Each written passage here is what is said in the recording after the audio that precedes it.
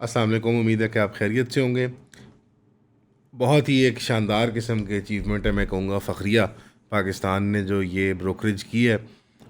इसमें कतर ने भी बहुत हैवी लिफ्टिंग की है, बट मेन किरदार ऑब्वियसली कलीदी पाकिस्तान का ही बनता है, क्योंकि वो सारे जो वेक्टर्स हैं जहाँ पे बात की जाती थी, चाइना, ईरान, अमेरिका, उन तीनों के साथ अच्छे मरासिम तारीख़ी भी और करंटली भी पाकिस्तान ने ही मेंटेन किए। तो ऐसे रोल के अंदर शायद लगता है पाकिस्तान ही सिर्फ यूनिकली खड़ा हो सकता था। ऑब्वियसली पाकिस्तान की मिस गिविंग्स इस पूरे 2.5-3 साल के प्रोसेस में, जहाँ जहाँ गलतियाँ हुई, डिप्लोमेटिक मिस स्टेप्स हुए, वो सारी चीज़ें बड़ी पिक्चर में माफ़ हो जाती हैं जब ऑल्स वेल दैट एंड्स वेल वाला हिसाब होता है।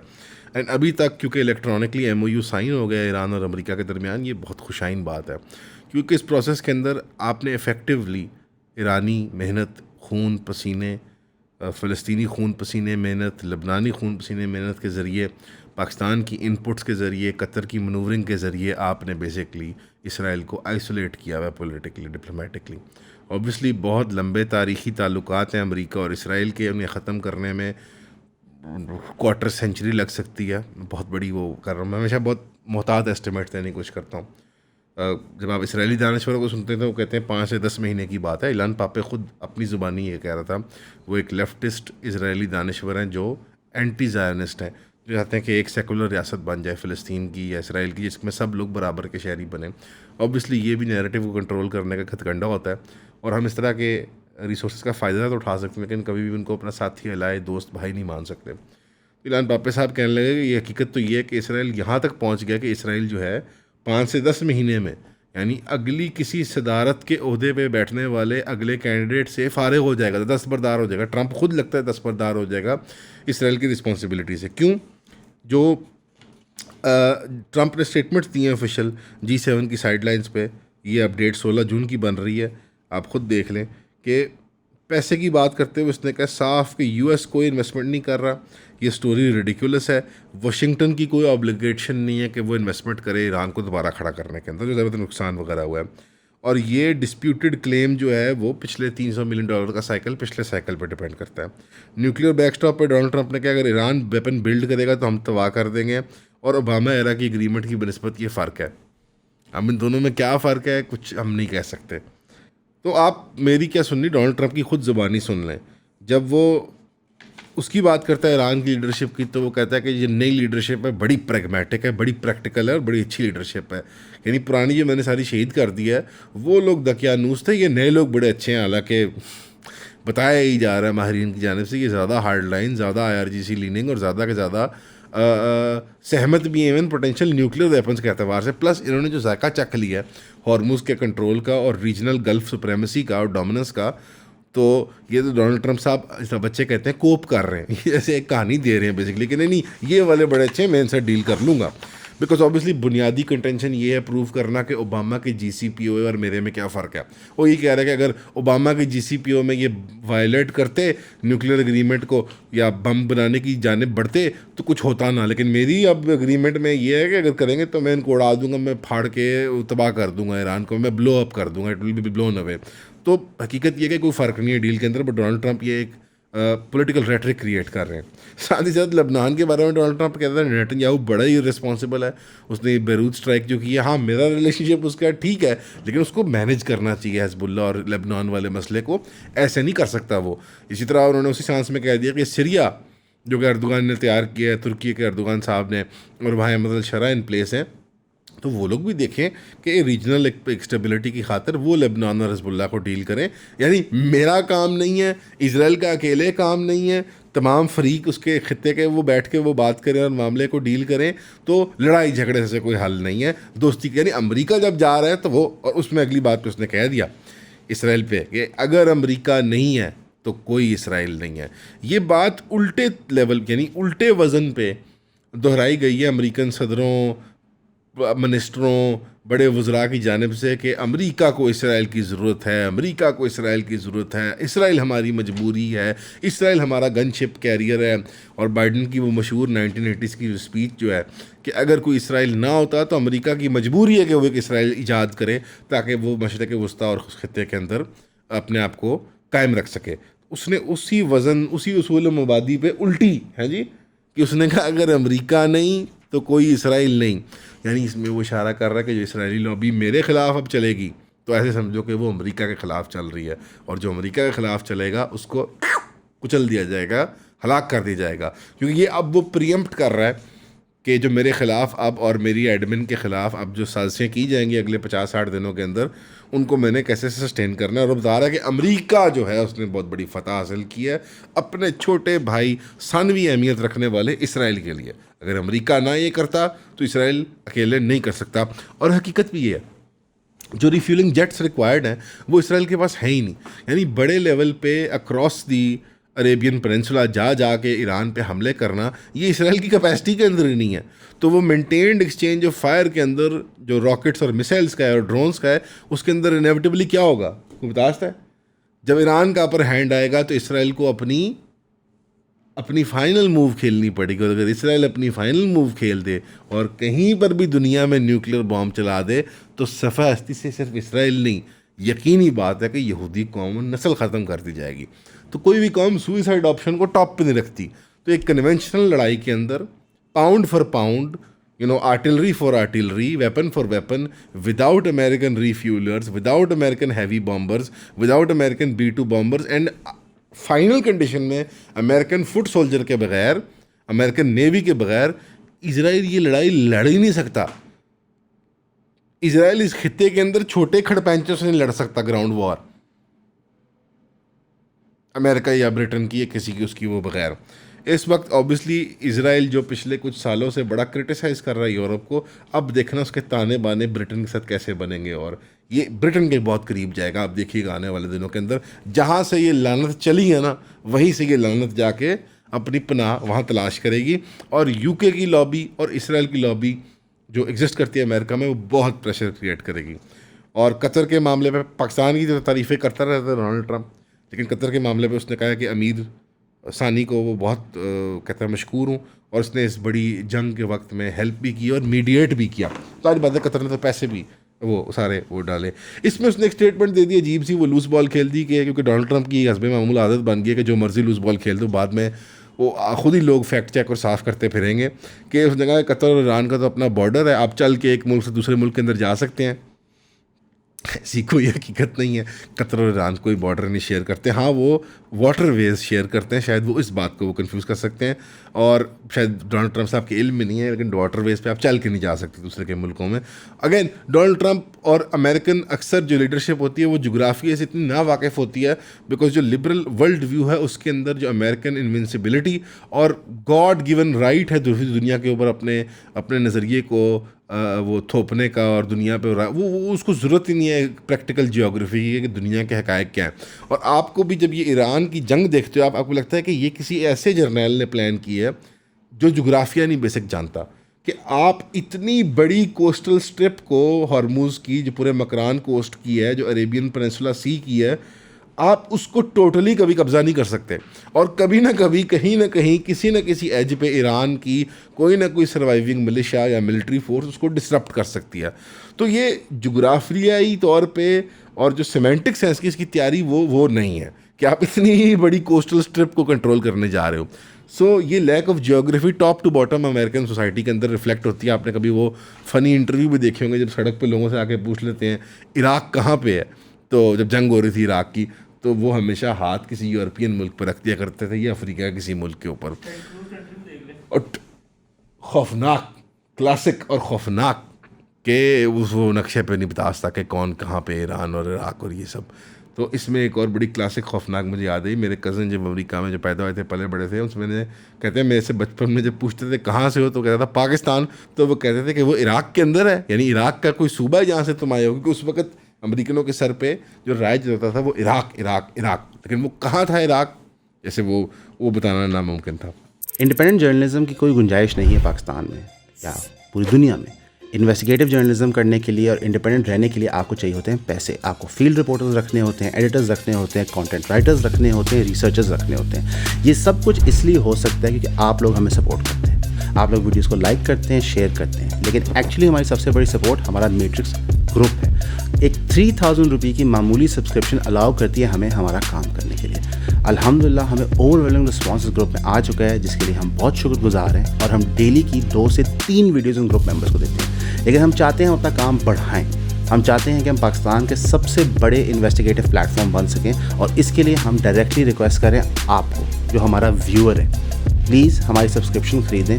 हम अपना काम इंडिपेंडेंट और फेयर रखना चाहते हैं। हम चाहते हैं कि नया से नया चेहरा हायर करें, डाइवर्स से डाइवर्स ओपिनियन हो। आप लोगों का सपोर्ट ने अलाउ किया हमारे प्लेटफॉर्म को इतनी देर एग्जिस्ट करना, और अगर आप चाहते हैं कि हमारा काम इंडिपेंडेंट और फ्री रहे तो हमें 3000 की सब्सक्रिप्शन दें। Thank you. अब इसकी बनिस्बत अगर तेहरान में देखें तो अराक़ची साहब ने कहा कि टोटली तमाम फ्रंट्स पे हमने जंग को ख़त्म कर दिया, लेकिन तब तक जो फाइनल कंक्लूशन है वो जब तक इसराइल लेबनीज़ ऑक्यूपाइड टेरिटरी से नहीं एग्ज़िट करता या कोई मज़ीद अटैक करता है तो वो तब तक ये मामला नहीं कसता। ये वायलेशन होगी MOU की, और ईरान और हिज़्बुल्लाह एक पार्टी हैं एग्रीमेंट के, ये उसने प्रैक्टिकली बात ये कर दी है, और US और इसराइल दूसरी पार्टी हैं एग्रीमेंट की। तो तेहरान जो है वो प्रैक्टिकली तर्जमानी कर रहा है इस हिज़्बुल्लाह की, और इसराइली विड्रॉल को लेबनान से जो वाशिंगटन है उसने कहा है कि ये क्राइटेरिया नहीं है एग्रीमेंट का। अगर ईरान हिज़्बुल्लाह को कंट्रोल नहीं करती और वो हमला करता है इसराइल पे, तो इसराइल के पास राइट ऑफ रिस्पॉन्स है। अब ये दोनों कॉन्ट्रडिक्टरी स्टेटमेंट्स बन गया, और इसराइल से अगर आप कैट्स की या नेतन्याहू की स्टेटमेंट देखें तो वो कहते हैं कि हमारी फोर्सेस लेबनान के सिक्योरिटी जोन्स में रहेंगी, सीरिया के और गाज़ा के सिक्योरिटी जोन्स में, जब तक हमें ज़रूरी लगता है, और ईरान की डील के बावजूद हम ये काम अपना करते रहेंगे। अब ये 3 सेपरेट रियलिटीज़ क्रिएट हो गई हैं। एक अब क्योंकि ये पॉइंट ऑफ कंटेंशन है, हॉर्मूज़ के बारे में डिबेट और निगेशन और पॉइंट्स पे बहस करना कोई फ़र्क नहीं पड़ता। न्यूक्लियर डील के बारे में भी टू अ लार्ज एक्सटेंट मैं कहूँगा कि डील ब्रेकिंग नहीं है, क्योंकि वो ओरिजिनल उसी पॉइंट पे आ गए जहाँ पे वो ओमान में नेगोशिएशन कर रहे थे आज से सवा साल पहले जब जंग शुरू हुई। हकीकत ये है कि जो नई पख डली है वो है total cessation of the war on all fronts मिन जानिब इसराइल।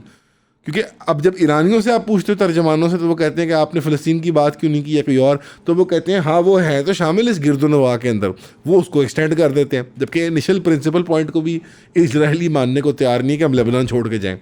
ये जो पख है, ये ट्राईलैटरल पख जो है, 3 वे पख जो है, जिसमें अमेरिका का एक मौक़िफ़ है, ईरान का एक मौक़िफ़ है, और इसराइल का तो मौक़िफ़ माशाल्लाह किसी खाते में ही नहीं है।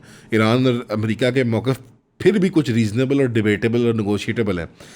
ये है असल पॉइंट ऑफ कंटेंशन, और ये है इसराइली लॉबी की इंटेंशन इसको एक्सप्लॉइट करने की अगले 65 दिनों 60 दिनों के अंदर। क्योंकि इन 60-60 दिनों में न्यूक्लियर प्रोग्राम से एतबार से जो अमेरिका की इनिशियल JCPOA की ट्रंप की वायलेशन 2013-14 की जो वायलेशन है कि हम इसको ख़त्म करते हैं इस एग्रीमेंट को, उसके बाद से ईरान जो है वो न्यूक्लियर इनरिचमेंट को वो कर रहा था, बढ़ाई जा रहा था। उसके ऊपर जो डिसएग्रीमेंट है और उसकी सेटलमेंट है उस पे आ गई है बात, वो डिस्कस होना है 60 दिनों में। लेकिन इन 60 दिनों में इजराइल उस बात पे पख डालेगा जो उसका कंसर्न है। इजराइल को हकीकतन ईरान से न्यूक्लियर थ्रेट से ज़्यादा जो मसला है ना, वो ये है कि उसने उसके प्रॉक्सीज़ और उसके एलाइज ने साबित कर दिया कि वो एक कन्वेंशनल वॉर के अंदर अमेरिका की प्रेजेंस के बावजूद इजराइल को बुली कर सकते हैं, इजराइल को नीचे दिखा सकते हैं, इजराइल की मेन लैंड को हिट कर सकते हैं, इजराइल के मिलिट्री और पॉलिटिकल अज़ाइम को फेल करवा सकते हैं।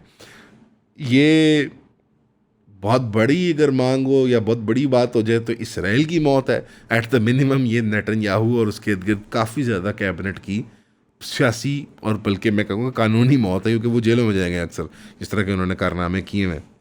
यहाँ पे आप अगर इजराइलियों के वो माहिरीन के सुन लें, ये बेन ड्रॉर यमीनी जो है ये कहता है कि the agreement amounts to US recognition of a stronger more radical Iran, ballistic missiles and proxy ties go unaddressed. यानी ईरान का जहाँ न्यूक्लियर मसला हल करने गए थे, आज हमने उसको तगड़ा करके, जो हम बात आपको बार बार बता रहे हैं कि ये पहली जंग है जहाँ लड़ाई की शुरू में कमज़ोर होता है मुल्क, लड़ाई के बाद ज़्यादा तगड़ा निकल के आता है मार खाने के बाद। और आपने उसके बैलिस्टिक प्रोग्राम और प्रॉक्सी टाइज, असल जो पेट में चोर है, बिल्ली है, वो थैले से जो बाहर आती है, न्यूक्लियर श्यूक्लियर नहीं, असल ख़तरा है बैलिस्टिक मिसाइल प्रोग्राम, और असल ख़तरा है जिसको ये प्रॉक्सीज या एलाइज कहते हैं जो ईरान के साथी हैं, हमास, हिज़्बुल्लाह, जो प्रैक्टिकली उसके साथ हैं या जो पॉलिटिकली आइडियोलॉजिकली उसके साथ हैं या जो उसके इशारे पे काम करते हैं, डिफरेंट लेवल्स पे ऑपरेट करते हैं। और इसमें आप इसको हूथियों को और बाबल मंदब को भी डाल दें। इसमें आप बेन कैस्पिट की आप खबर देख लें तो यहूदी वो कहते हैं कि मिलिट्री गेंस हमने टारगेट सेट किए हमास के, हमने टारगेट्स किए हिजबुल्लाह के, हमने टारगेट सेट किए ईरान के, लेकिन नेतन्याहू ने इसराइल को सबसे अपनी सीरियस हिस्टोरिक पॉलिटिकल डिफीट के अंदर दाखिल कर दिया है। और ये सियासी लॉस इतना बड़ा है कि तमाम अस्करी फतूहात जो हैं उसकी बनस्बत वो कम पड़ जाती हैं। अच्छा, ये ना बड़ा कोपिंग मैकेनिज्म होता है कि इसराइल और अमेरिका ये प्रोजेक्ट करना चाह रहे हैं, और बड़े से जो माहिरीन में और आप भी सुनते हैं वो ये प्रोजेक्ट कर रहे हैं कि हाँ मिलिट्री स्ट्रेटेजिक विक्ट्रीज तो हमने सारी ले ली, यार ये सियासी टेबल पे आके ना हम हमेशा हार जाते हैं। ये एक बड़ा कोपिंग मैकेनिज्म होता है, क्योंकि मिलिट्री विक्ट्रीज या स्ट्रेटेजिक विक्ट्रीज या स्ट्रेटेजिक बेनिफिट्स वो तभी होते हैं जब वो ट्रांसलेट करते हैं इनटू अ पॉलिटिकल विक्ट्री। तो ये कोपिंग मैकेनिज्म होता है। एक बहुत ज़्यादा जो मिलिट्री सेंटर्ड माशरतें होती हैं ना, इस तरह इसराइल और अमेरिका हैं, कि वो अपनी मिलिट्री का दिफा करने के लिए वो कहते हैं सियासी लेवल पे हम मनूवरिंग में हार गए, अस्करी लेवल पे आप फेंटी खा के बैठे हुए हैं। तो ये इसकी बात को आप डबल मज़ा लें, आप सिर्फ ये मज़ा मत लें वो अस्करी तौर पे भी हार गए। Iran is the biggest winner, कहता है आवी अश्केनासी, नाम भी इनके देखो यार। Iran is the biggest winner, warning that releasing frozen Iranian funds को deliver resuscitation doses to Houthis, Hamas and Hezbollah. कि ये जो बिलियंस ऑफ डॉलर्स ईरान को मिलने जा रहे हैं और मिल भी रहे हैं, तो ये दोबारा ज़िंदा कर देंगे हूथियों को, हमास को और हिजबुल्लाह को। अगेन इसके अंदर एक बहुत बड़ा कोप है कि जैसे हमने इन जमातों को अमेरिका और हमने क्या कर दिया है, ख़त्म कर दिया है। कहाँ ख़त्म हुई है? हमास जो फ़लस्तीनी रेजिस्टेंस है, जो सबसे बिलीगर्ड है, कमज़ोर है, हमेशा रही है कमज़ोर, उसके पास इंडिपेंडेंट रूम नहीं है, आप उसको नहीं ख़त्म कर पाए इतनी बड़ी सुसाइडल और जेनोसाइडल कैंपेन के बावजूद। तो ये भी कोप हो रहे हैं यहाँ पे। और ये हारेट्स का ज़वीर बारेल जो है वो कहता है better no deal than a bad one, और ये है असल जो contention, they will sabotage the deal. The text is a working piece of principles and Iran's missile program is not slated for discussion at any stage. क्योंकि आपने एक note किया होगा कि ईरान का बैलिस्टिक प्रोग्राम किसी MOU की copy में नहीं आया, और जो मौत जिससे आती, जो आपने विजुअल भी देखे हैं इसराइल के, जो मज़ा आता था वो यही आते थे कि जब मिसाइल गिरते थे। तो मेरे प्यारे दोस्तों भाइयों, अहमद कुरैशी हों, नटसैक हो, और कौन है यार वो मशहूर, बताओ यार, जहन में नहीं। और तो मेरा दोस्त भी है, मेरा सीनियर था स्कूल में, वो बड़ा मशहूर पाकिस्तानी ज़ायनिस्ट है, काला ज़ायनिस्ट, बड़ा मज़ेदार लगता है मुझे। मैं आपको एक फ़न फैक्ट बताता हूँ। इसराइल में जब पहली बार हबशा से यहूदी आए थे ना, हबशा में भी यहूदी रहा करते थे अबिसिनिया में, उन काले यहूदियों की अक्सरियत औरतों को खसी कर दिया था। उनकी जो ओवरीज़ हैं उनको वैक्सीन के नाम पे, ये नोन बात है, आप गूगल कर सकते हैं, क्योंकि वो काले लोगों का यूरोपियन यहूदियों से खून मिलने का तसव्वुर करके उनको खौफ आता था। और आज तक इसराइली माशरत में रैंकिंग ये है, हौसरा सलमान की, यार ये बड़े पैमाने वैक्सीन का बहाना करते थे और उनकी वो बच्चा पैदा करने की सलाहियत ख़त्म कर देते थे। और औरतों को टारगेट किया, क्यों? क्योंकि इनके साथ यूरोपियन गोरे वाले यहूदी होते ना, आपकी गर्लफ्रेंड बन जाती है, वो भी काम ना हो जाए, मर्दों को सिर्फ नहीं, औरतों को कहना बच्चे ना हों। रैंकिंग जो है वो वाइट अश्केनासी ईस्टर्न यूरोप की यहूदी, उसके बाद मिज़राही इराक और ये अरब के आने वाले सामले यहूदी, और काले यहूदी बिल्कुल कमीन गुलाम होते हैं उनकी माशरत में। और उससे भी बदतर एक कैटेगरी है फ़िलिपीन, थाईलैंड, इंडिया से वो मंगवाते हैं सारी लोअर स्टाफ, बाथरूम कमोड साफ़ करने वाले। ये बड़ा ही जालिम माशरा है, मैं आपको बताऊं। और इसको कॉस्मोपॉलिटन जन्नत की तरह बना के लोग बेचते हैं कि ओ दे आर, बड़े यार वो तो बड़ी ओपन सोसाइटी, मोस्ट गे फ्रेंडली कैपिटल टेल अवीव। वो सिर्फ टेल अवीव ही दुबई से दिखा के तुम्हें, और वो भी बड़ा बेकार दुबई है, उसे तो दुबई है, और आपको पता है मैं दुबई के बारे में क्या सोचता हूँ। तो वो बेकार से दिखा के it's a hell like society. तो उस हेल सोसाइटी ने जो खटिया कमाई है वो फाइनली, और यार अभी तो ग्लोबल लेवल पे कहेंगे लोगों ने पुश किया है, अक़वाम आलम ने मेहनत किया, आप कहेंगे ईरान ने मेहनत किया है, 2-4 मुल्कों ने मेहनत किया है, क्या अक़वाम आलम ने हक अदा किया है कि जो इस जालिम रियासत करना चाहिए? अभी हुआ कुछ नहीं, वो बिलबिलाने लग गए। ये उनकी स्टेट ऑफ अफेयर्स है यार। और यहाँ पे हमारे वो यहाँ पे लोग उसको इतना बड़ा जिन बना के इजराइल क्या यार, टिटली बिटली है यार, छोड़ो इसको। अमेरिका को खुद अपनी जान के लाले पड़े हुए हैं। तो बहरहाल मैं तो अपनी खुशी वो मतलब संभाल नहीं सकता है, छोटी छोटी भी हमें फतह मिल जाए मुसलमानों को तो हमारे लिए तो बहुत शान और इज़्ज़त की बात है। लोकल लेवल पे अब सुहेल वड़ाइच साहब के बाद भी अब एक नए मैदान में कूद आए हैं। अब वो मैंने आपको बताया ना, एक आर्किटाइप होता है, एक बूढ़े कॉलमिस्ट होते हैं, सहाफ़ी होते हैं, वो कॉलम लिखते हैं, जो वो जिसने बाद में जाके उसमें मकई नहीं डलना होता है, उसमें वो मकई भून के हमने खानी होती है। तो अब एक और कैटेगरी है हमारी, सो कॉल्ड पॉलिटिशियन तो नहीं कह सकते, क्या कहेंगे, technocrat. There is nothing technocratic about him. Drawing room uncle, एक drawing room middle aged uncle की, जो किसी जनरल साहब, किसी ब्रिगेडियर साहब, किसी 22 ग्रेड के अफसर के बड़े अजीज़ होते हैं, बड़े इज़्ज़तदार होते हैं, तो वो आके फिर जनाब आके बताते हैं कि मेरे पास एक चिड़िया है, और वो है हमारे फैसल वाडा साहब। वाडा साहब ने क्या कहा है, ये हुकूमत जाएगी या कंटेनर के ऊपर खड़े होंगे पाकिस्तान के तमाम सियासतदान, या कंटेनरों के अंदर होंगे। मैं आपके पास एक बड़ी चीज प्रिडिक्ट कर रहा हूं कि देखिए जी, मुझे आइंदा सियासी मंजर में आगे, कल परसों नहीं, महीनों में, या तो सब एक कंटेनर में नजर आ रहे हैं या सब एक कंटेनर के अंदर नजर आ रहे हैं। इसको, इस जुमले को यही बांध दे, ठीक है सर। ये इस किस्म की सिख लैंग्वेज जो पाकिस्तान में इस्तेमाल होने लगी है, ये कल्चर हमारी रियासत ने क्रिएट किया है। सियासतदान कहाँ होंगे, कंटेनरों के अंदर। ये उन लाशों से तशबीह दी जा रही है जो TLP के वर्करों की थी, या ये PTI के वर्करों की थी, या किसी ज़माने में ये वो कादरी साहब की पार्टी के वर्करों की थी जो नून लीग ने मारे थे, या किसी ज़माने में नून लीग पीपल्स पार्टी के। कभी होता होगा वो ज़माना, मैंने तो नहीं देखा कि पीपल्स पार्टी और नून लीग भी कभी कोई रैली शैली निकाल के मारे शारे खाया करते थे, गोलियाँ शोलियाँ खाया करते थे। ये बड़ा एक डिस्कस्टिंग कल्चर क्रिएट तो कर दिया हमारी मेन स्ट्रीम सहाफ़त ने, कि जहाँ पे इस तरह के आके लोग वेल्ड ताने, वेल्ड थ्रेट्स दे के आते हैं। मैं आई डोंट अग्री, हमारी सिविल हुकूमत इलेक्टेड नहीं है, वो जमहूरी प्रोसेस से नहीं आए, लेकिन they are the government now. अब इनको हटाने के और तरस भी कोई नहीं आ रहा, सरकार रहम भी कोई नहीं आ रहा कि यार हो बेचारे, हो अच्छा सारे टाउट बता रहे हैं, सुहेल वड़ैच, फैसल वाडा टाउट है ना, सारे बता रहे हैं कि यार ये जा रहे हैं, तो अफसोस भी नहीं हो रहा एक किस्म की, लेकिन मज़ा भी नहीं आ रहा ना यार, क्योंकि वो मज़ा तो आए ना यार कि हुकूमत जा रही है, क्योंकि ये एक सिस्टम का जो खिलवाड़ बना दिया गया है कि अब वो बेचारे डिलीवर करें ना डिलीवर करें पॉलिटिशियंस, वो सारा। तो ये सारी जो इंटरनेशनल रिकग्निशन है, अनफॉर्चुनेटली लोकली हमारे लिए इस तरह के डंडों में ही ट्रांसलेट होगी। Can I say Noon League deserves it? Yes they do. Can I say Peoples Party deserve it? Yes they do. But क्या पाकिस्तानी अवाम ये कॉन्स्टेंट बीटिंग्स डिजर्व करती है?